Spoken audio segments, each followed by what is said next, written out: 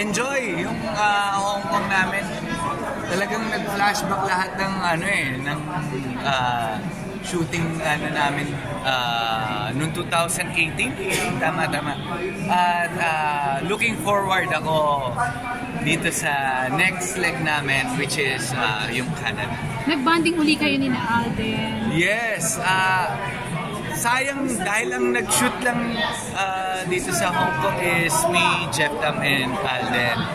Pero wala si Catherine? Wala si Catherine. Dahil yung story nasa Canada na siya. So, ayun, this end of July, magsisimula na kami mag-shoot sa Canada for 1 month. May napansin ka ba mga pagbabago kay Alden ngayon? Wala, sobrang siya pa rin same Alden as before. Saka yung kasama nga namin si Alden, sobrang tuwan-tuwa siya. Sabi nga, namiss ko kayo ni Jeff Tam. Sa inyo lang ako tumatawa ng ganito kagrabe. Dahil kapag kami, walang Alden Richards, walang Jeff Tam, walang Joros, lahat kami magtutropa.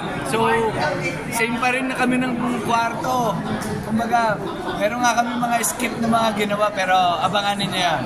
Of course, napag-usapan niyo ba si Catherine? Siyempre. Ay, oo naman. Si Catherine, looking forward kami magkasama. Medyo nagtatampo lang si Jeff kasi hindi siya nakasama sa Canada. Pero, ayan, abangan ninyo ito dahil maganda yung story nitong part 2 namin. Oh, Hello Love Again. And, ayun, siyempre, malaking factor nila na sa mga OFW dahil talagang story nila to eh. So, masaya, excited ako sobrang. At bilang kaibigan ng dalawa, ikaw ba, boto ka kung sakasakaling mag-level up ang relasyon ni Alden at Catherine? Alam niyo ako kung sino ang para kanino at sino ang mahal nino, doon ako sa kanila. As long as, kumbaga, keep lang nila si God sa center ng relationship nila, all is good ako.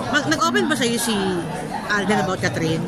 Kasi magkakaibigan kayo, nag-open sa'yo. About paniligaw, yung feelings niya. Sa totoo lang, ako kasi hindi ako maaasahan sa mga bali-balita or mga hello again. In short, hindi ka married. Oo, hindi ako sa mga, hindi kasi namin napag-usapan masyado si Catherine. More on yung, doon kami sa bonding namin.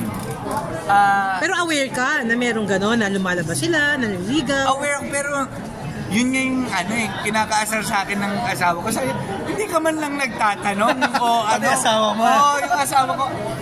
Tinatanong so, na ako. So, rooting din siya for wala ba? May update ba? Sabi ko, hindi ko natanong. Ba't di mo tinanong ilang araw kayo magkakasama? Hindi ko naman, sa akin kasi hanggat hindi naman sila nagkikwento, hindi naman ako hindi ako nakikialam sa love life ng mga kaibigan ko. Kumbaga, basta ako nandito lang ako para sa kanila lahat. In general, hindi lang kanaan. Pero nakasama mo ba sila sa shoot na nandun silang dalawa? Wala wala pa. Sa Hong Kong. Etong Canada, 1 month kami. So, obserbahan mo na. Bibigyan mo kami ng update ha. Para bigay mo sa amin ha. yung mga behind the scene ha. Bigyan ko lang i-disclaimer, wala kayong maaasahan sa akin. Pero, ayun, sa akin, ayun. Basta, ito, looking forward for Pero in general, Joros, kung meron kang siguro choice na para kay Catherine, anong klaseng lalaki yung gusto mo para sa kanya? Sa akin, ang makakapili lang kasi talaga nun siya eh. Kumbaga very safe hindi naman niya ako magulang eh. Hindi naman niya ako BFF forever din. Dahil expert ka sa love life. Anong Ultimo nga kay Sandara ka, tinatanong nila, ano ba? Alam niyo kung sinong gusto nila, basta supportahan ko lang dahil sila naman nakakaalam. Pero anong payo mo kay Alden sa pagpili ng love life niya ngayon? Sa panliligaw niya kay Catherine, anong payo mo? Everyone, basta mas mahalin niyo ang Diyos sa partner niyo. Okay ako doon. Hindi, pero kay Alden, anong payo mo para kay Alden for Catherine? Ay, yun nga. Katulad ng sinabi ko, alam nyo, lagi nyo lang naririnig para pasay na tong basta mas mahal ang Diyos, everything follows. Salamat. Thank you. Thank you.